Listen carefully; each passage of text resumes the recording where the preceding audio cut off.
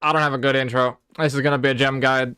A lot of people have wanted one for a very, very long time, so I'm gonna give you the best showcase I can for what I've figured out with the gem system so far. So, a couple things to note. You're gonna want to get gems in basically every slot at the end game if you possibly can. Gems can go on every single thing except for your trinkets, and I believe they can't go on your weapon either. So, you've got all slots except for 3 here, which means you can get a shit ton of gem power.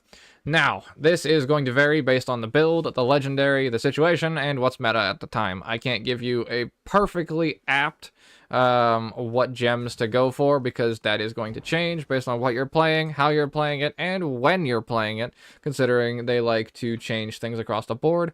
But I can give you some basic explanation of the system, as well as how to get the most out of it in the early, mid, and late games. So, how do you even go about getting gems in the first place?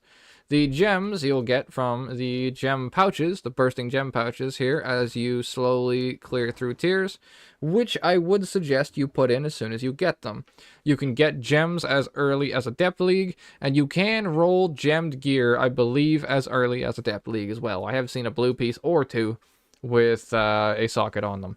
Now, once you start getting up to Champion and Paragon and whatever have you, you can start getting Essence bonus right here. It says plus 100% because it's a legendary. Other pieces can give you Essence bonus 35%, which I should have in here somewhere. Do I not have a single piece of Essence bonus? No, I don't. Fuck me running. That is a shame. But you can get, I believe it's 30% Essence bonus or 35% Essence bonus. Do I not have a single one? I have one on one of my other characters. Do it this way. I don't think it's this character. It might be a different one. Oh, well. We'll check the gore.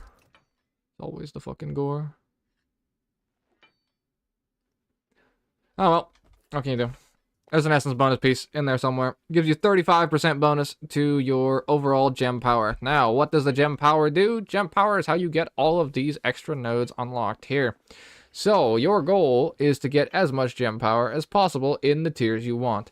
However, there is value and different ways to play this setup overall at early game and at mid game and at end game, because you'll only have access to a certain amount of gems. Now, in my case, my character is statted out for as much red gem value as possible on this Helena. Other characters I would put in, spirit gear or whatever have you, depending how you go. But what's most important is when you're very, very low gems and you only have maybe 2 or 3 slots, plus your legendary, which is going to be guaranteed, because when you clear Paragon, you will get 1 guaranteed 300 eye level legendary, which could be good or could be ass, but ultimately it gives you a 100% essence bonus gem. So, first thing I would suggest you do is you take one of your gems, and if they are 3 stacked, like they are here in this case with the small amethyst, you come over to our boy, and you go to Gem Fusion here. If we grab the gem, we can throw it in here, and we have Unstable Fusion, which will combine 3 small gems into 1 large gem of the same color. Now, reason that's important is those large gems will be large rubies here. 240 of the red bonus here. But in our case, because it is 240 plus 100% essence bonus, it actually gives us 480. So, the moment you get a legendary, if you have 3 of the same color of a socket, you can then go and immediately get 480 gem power, which would put you all the way up to this 3rd tier right here. You can get this immediately, no matter what tier you have, because what you can also do is change the colors of your gems. So, in my case, if I wanted to get, say, more small rubies, for example, I could take my crit gems, go like this, and use the transmutations here. And this will make it so you can transmute a different gem using Unstable Aether to transform it into a random color. You can either do random color, you can choose the color, or no, this is a random of 3, sorry. And then this one, you can choose the color. Now, this is going to take a lot of gold, but what you can do is just random it, and then we can take the red, and then we can random it again. We take the red again, And then from there, we can take the red, and we can go unstable fusion, craft it up, like so, 240. We take that 240, we pop it in the red right here, and we will be able to get ourselves 480, which will give us the option for whatever talent tree you want. Now, you can do this as early as you have the materials. As early as you have the champ item from Ransack, before you go into Eternal, I would suggest doing this with one if you can. Pick a tier and go from there. Otherwise, you don't have to necessarily if you have a lot of sockets on your gear already. What you can do with a socket spread like what I have right here is you can actually aim for some of the really small bonuses. So, when you're first starting out in Eternal, what I would suggest grabbing is this node, for sure, Sealed Fate. Your damage and healing effects on characters with more than 50% health have 10% increased critical strike chance, which is plus 10% crit for the entire first half of a boss, which is absolutely absurd for one gem point, or one, gem slot, because that's 120, so it's just one small gem, and you get 10% crit, basically the entire dungeon. Over half of the dungeon, at minimum, you get 10% extra crit for, which is absolutely crazy. And then, expertise, right here. First strike, 5% expertise for 15%, or for 15 seconds, when dealing damage to an enemy for the first time. You're going to be constantly pulling all the time. 5% expertise is literally 5% flat damage when it comes to the expertise bonus, which is beautiful. So the moment you hit a pack, you're going to get 5% more damage, and you're going to have 10% more crit when you immediately start the pack. So those two for 2 gem slots are absurdly good. I would pick them up all the time when you're just starting out in Low Eternal. Alternatively, you can opt for a single gem node in Harmonious Soul for 0.5% all stat, depending on what builds you're rolling with. If the stat line is really, really important to you, like Artios Haste or something like that, or Spirit on like Ilarion and this fucking meme build I made, or Spirit on the Rhyme build that I made, then you can get a little bit extra here.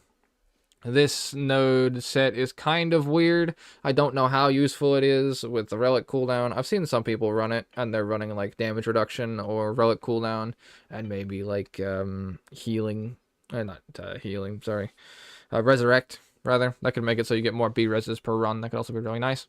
But what I want to see happen is get the duration increased on the Spirit of Heroism by 18 seconds. This is absolutely absurd, because that is the haste buff that you get for alting. So that means you would keep the 30% alti haste buff for another 18 seconds after you ult, which is just absolutely exceptional. One of the other really fun ones is Blessing of the Commander here. 12% ability cooldown reduction. This is the only place you can get this in the entire game. It takes 12% off of everything in your toolkit. Absolutely exceptional. Better on certain characters than on others, but definitely something you want to keep an eye out for. Now, like I said, you can also mix and match all the way up, like I just kind of explained beforehand. So you can take a bunch of small stuff and then go up and then take like 720 in this tree, and then like full cap in this tree, and like a couple of nodes in this tree. Like you can customize it exceptionally, which is great because some of the nodes are genuinely fantastic, like Unyielding Vitality, which gives me Second Wind. You heal for 0.7% of your max health every 2 seconds while in combat, which scales up to you heal for 2.1% of your max health every 2 seconds while in combat, which is just absolutely absurd. And then while in combat with a boss, your damage, healing, and absorption, which absorption spelt wrong, is it? Absorption? Maybe not. I don't know. Is increased by 12%, which is absolutely beautiful for popping Sariel's arms, coupled with the expertise. Expertise gives you more absorb. So you can see what I was kind of aiming for here. And then in this case, every 60 seconds, you gain a shield that equals that absorbs damage equals to 10% of your max HP, which I have ticking constantly. This is always going whenever I'm starting a pull or whenever I'm starting a dungeon, which is really nice overall. Big fan of that. But, yeah, that is pretty much the gem system. You want to try and get the 35% essence bonus on every single piece you can. Now, the best way to go about getting it is to farm Eternal 20+. Because, as a result, what winds up happening is the drop chance is much, much higher. They made changes recently where I believe essence bonus drops Like, oh, it's a lot more above like E20 plus if you have the opportunity to farm it. If you don't, it's every 5 to 10 cutoff. So if you're able to farm with a group, try and farm either 5, 10, 15, or 20. 10 gives you the highest chance compared to like 5 and 15, I'm pretty sure. Like, because 10's just like easier to speed farm compared to 15's. The dungeons are better. And then if you can, try and aim for 20 speeds.